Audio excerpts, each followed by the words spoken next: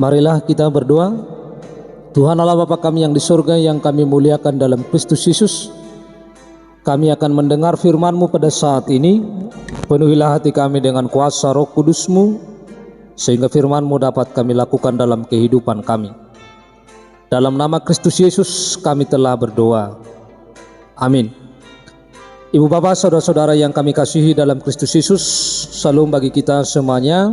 Marilah kita mendengarkan khotbah epistel Minggu tanggal 18 September tahun 2022 yang tertulis dalam Lukas 16 ayat 1 sampai ayat 13. Demikian firman Tuhan, perumpamaan tentang bendahara yang tidak jujur. Dan Yesus berkata kepada murid-muridnya, ada seorang kaya yang mempunyai seorang bendahara. Kepadanya disampaikan tuduhan bahwa bendahara itu menghamburkan miliknya. Lalu ia memanggil bendahara itu dan berkata kepadanya, apakah yang kau dengar tentang engkau? Berilah pertanggungjawaban atas urusanmu, sebab engkau tidak boleh lagi bekerja sebagai bendahara. Kata bendahara itu di dalam hatinya, apakah yang harus aku perbuat? Tuanku memecat aku dari jabatanku sebagai bendahara. Mencangkul aku tidak dapat, mengemis aku malu. Aku tahu apa yang aku perbuat, supaya apabila aku dipecat dari jabatanku sebagai bendahara, ada orang yang akan menampung aku di rumah mereka. Lalu ia memanggil seorang demi seorang yang berhutang kepadanya. Katanya kepada yang pertama, berapakah hutangmu kepada tuanku? Jawab orang itu, 100 tempayan minyak. Lalu katanya kepada orang itu, inilah surat hutangmu, duduklah dan buat surat hutang lain sekarang juga, 50 tempayan. Kemudian ia berkata kepada yang kedua, dan berapakah hutangmu? Jawab orang itu, 100 pikul gandum. Katanya kepada orang itu, inilah surat hutangmu, buatlah surat hutang lain 80 pikul. Lalu Tuhan itu memuji bendahara yang tidak jujur itu, karena ia telah bertindak dengan cerdik, sebab anak-anak dunia ini lebih cerdik terhadap sesamanya daripada anak-anak terang. Dan aku berkata kepadamu, ikatlah persahabatan dengan mempergunakan mamon yang tidak jujur, supaya jika mamon itu tidak dapat menolong lagi, kamu diterima di dalam kemah abadi. Barang siapa setia dalam perkara-perkara kecil, ia setia juga dalam perkara-perkara besar. Dan barang siapa tidak benar dalam perkara-perkara kecil, ia tidak benar juga dalam perkara-perkara besar. Jadi jikalau kamu tidak setia dalam hal mamon yang tidak jujur, siapakah yang akan mempercayakan kepadamu harta yang sesungguhnya? Dan jikalau kamu tidak setia dalam harta orang lain, siapakah yang akan menyerahkan hartamu sendiri kepadamu? Seorang hamba tidak dapat mengabdi kepada dua tuan, karena jikalau demikian, ia akan membenci yang seorang dan mengasihi yang lain, atau ia akan setia kepada yang seorang dan tidak mengindahkan yang lain. Kalau kamu tidak dapat mengabdi kepada Allah dan kepada mamon. Demikian pembacaan firman Tuhan. Bapak Ibu, saudara-saudara yang kami kasihi di dalam Kristus Yesus, judul perikop kita ini adalah perumpamaan tentang bendahara yang tidak jujur. Dan di dalam firman ini Yesus menyampaikan perumpamaan itu kepada para murid-muridnya untuk mempersiapkan mereka untuk menjadi seorang pelayan Tuhan, menjadi murid yang benar-benar melayani Tuhan di dalam kehidupannya di tengah-tengah dunia ini.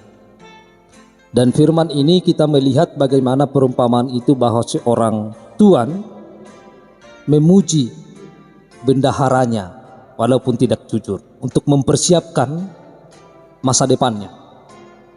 Di dalam ayat 1 kita melihat bagaimana Yesus menjelaskan ada seorang yang kaya yang memiliki seorang bendahara, dan kepadanya disampaikan tuduhan bahwa bendahara itu menghamburkan miliknya. Dan setelah itu bahwa seorang bendahara itu dipanggil oleh tuannya dan ditanya sesuai dengan apa yang telah didengar oleh tuannya itu. Ditanya di sini adalah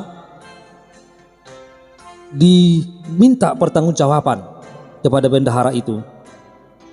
tentang harta miliknya yang sudah tidak beres lagi dilaksanakan tugasnya selama ini.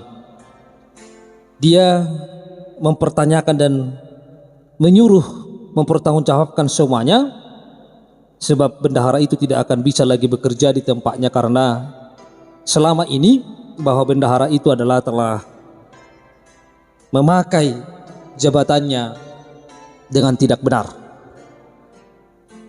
Lalu di ayat 3 sampai ayat yang ke-9 kita melihat ketika tuannya mendengar itu, lalu setelah ditanya kepada bendahara itu dan setelah bendahara itu mengetahui, lalu dia bertanya di dalam hatinya, apakah yang harus kuperbuat? Ini artinya bahwa bendahara itu adalah hatinya gusar. Ada ketakutan, ada kekhawatiran kalau tuannya yang akan memecat dia. Lalu dia mencoba memikirkan apa yang akan dia lakukan ke depan. Dia berpikir kalau dia mencangkul, dia tidak dapat karena mencangkul itu adalah menggambarkan pekerjaan yang begitu berat. Lalu kalau dia mengemis, tentu pasti dia malu. Lalu dia mencari solusi apa yang akan diperbuatnya supaya dia dapat diterima oleh orang lain di hari yang akan datang setelah dia dipecat dari pekerjaannya. Lalu dia memanggil seorang demi seorang yang berhutang kepada tuannya. Panggilan yang pertama adalah dia menanya berapa utangnya. Lalu dia katakan 100 tempayan minyak. Lalu dia berkata, berikanlah 50 tempayan. Artinya diberikan 50 lalu sama dia 50. Lalu kepada yang satu lagi ditanya, berapakah hutangmu? Jawab orang itu 100 pikul gandum.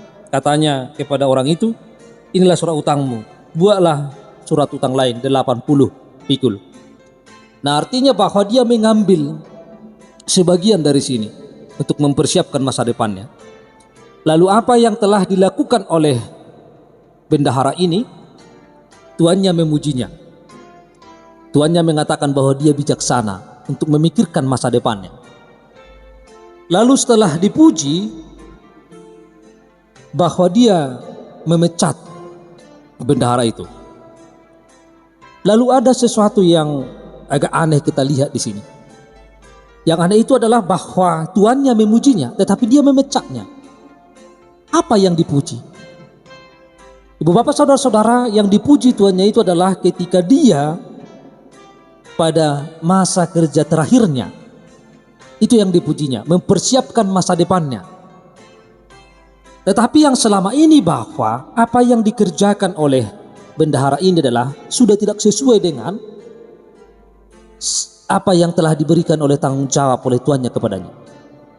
Semua pekerjaannya tidak dikerjakannya dengan jujur, tidak dikerjakannya dengan setia. Dia mengerjakannya tetapi hanya mengambil keuntungan baginya. Dia korupsi dan tidak mengelola harta tuannya itu dengan baik dan benar. Dia hanya mengelola dan dia meraup keuntungan banyak dari situ tanpa memperhatikan keuntungan daripada tuannya. Untuk hal ini Yesus berkata, barang siapa setia dalam perkara-perkara kecil, ia setia juga dalam perkara-perkara besar. Ibu bapak saudara-saudara, perkara-perkara kecil ini bisa kita katakan adalah hal-hal yang sepele dalam kehidupan kita. Sering sekali kita melupakan hal-hal yang sepele, hal-hal yang tidak dilihat oleh manusia. Dan sering sekali hal-hal yang kecil ini kita melupakan. Padahal dari kecil dulu supaya diberikan perkara yang besar. Mengelola yang kecil dulu supaya bisa mengelola harta yang besar. Ibu bapak saudara-saudara, perkara-perkara yang kecil di sini adalah yang dimaksudkan oleh Yesus adalah barang siapa yang tidak mampu mengelola harta dunia ini, bagaimana mungkin dia dapat menerima kerajaan Allah, menerima keselamatan daripada Allah dalam kehidupan ini. Oleh karena itu bahwa kesetiaan itu adalah di dalam mengerjakan segala sesuatu, kesetiaan di dalam melakukan segala perkara, baik itu perkara kecil, perkara yang besar atau perkara apapun itu dalam kehidupan ini, bahwa sangat dibutuhkan kesetiaan. Boleh kita mengerjakan sesuatu dengan baik, tetapi jangan dalam pekerjaan yang baik itu kita mengerjakannya hanya untuk keuntungan bagi kita. Tetapi pekerjaan itu adalah harus mendatangkan kebaikan kepada kita dan kepada orang yang kita kerjakan. Supaya apa yang kita kerjakan itu baik dan benar, kita kerjakan hal yang kecil itu sehingga Tuhan kita memberikan hal yang lebih besar lagi kepada kita untuk kita kerjakan.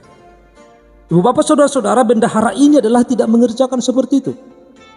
Dia tidak mampu mengelola yang kecil, tetapi dia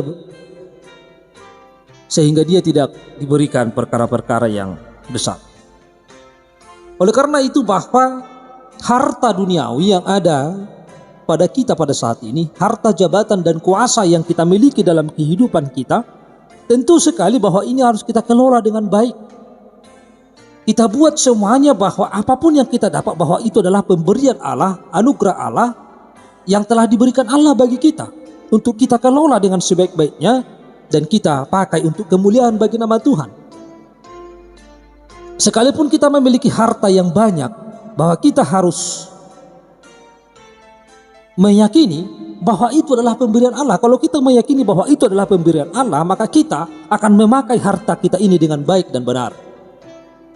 Kita akan memakai harta kita ini adalah untuk kemuliaan bagi nama Tuhan. Kita pakai harta kita untuk menolong orang lain, bukan hanya mengambil keuntungan yang sebesar-besarnya dari kekayaan kita itu. Ibu bapak saudara-saudara, lalu Yesus mengatakan di ayat 13, seorang hamba tidak dapat mengabdi kepada dua tuan. Karena jika demikian ia akan membenci yang seorang dan mengasihi yang lain, dan tidak mengindahkan yang lain. Kamu tidak dapat mengabdi kepada Allah dan kepada Mammon. Maka di tengah-tengah dunia ini, yang dimaksudkan oleh Allah adalah bahwa kita tidak boleh lebih mengutamakan harta, tidak boleh lebih mengutamakan kekayaan, tetapi kita harus lebih mengutamakan Tuhan. Yang artinya kita tidak boleh diatur oleh uang, kita tidak boleh diatur oleh harta. Sebab harta, hidup ini, daging kita, kekayaan kita semuanya akan tinggal di tengah-tengah dunia ini. Karena harta ini adalah diciptakan di dalam dunia. Itu kita tidak akan bawa setelah kita mati, tetapi semuanya akan tinggal. Oleh karena itu kita tidak boleh diatur oleh harta, tidak boleh diatur oleh uang. Maka Tuhan yang harus mengatur kita dalam kehidupan kita. Oleh karena itu bahwa biarlah kita hidup di dalam kebijaksanaan, di dalam hikmat yang datangnya daripada Tuhan. Kita bukan hanya berhikmat bagaimana supaya kita hidup untuk hari esok, tetapi kita juga berhikmat bagaimana kita menerima anugerah Tuhan dan bagaimana kita harus hidup sesuai dengan rencana Allah, sesuai dengan keselamatan yang Tuhan berikan bagi setiap kehidupan kita. Oleh karena itu, kita harus mengabdi kepada Allah, tidak mengabdi kepada Mammon, tidak mengabdi kepada uang. Karena Tuhanlah sumber segalanya. Tuhanlah yang menciptakan Mammon, maka kita harus tunduk kepada Tuhan, bukan kepada Mammon. Amin, kita berdoa. Ya Tuhan Allah Bapa kami yang di surga, kami telah mendengar firman-Mu. Biarlah kuasa Roh Kudus-Mu yang akan memberikan kami hikmat, supaya kami dapat melakukan firman-Mu dalam setiap kehidupan kami. Dalam nama Kristus Yesus kami telah berdoa. Amin.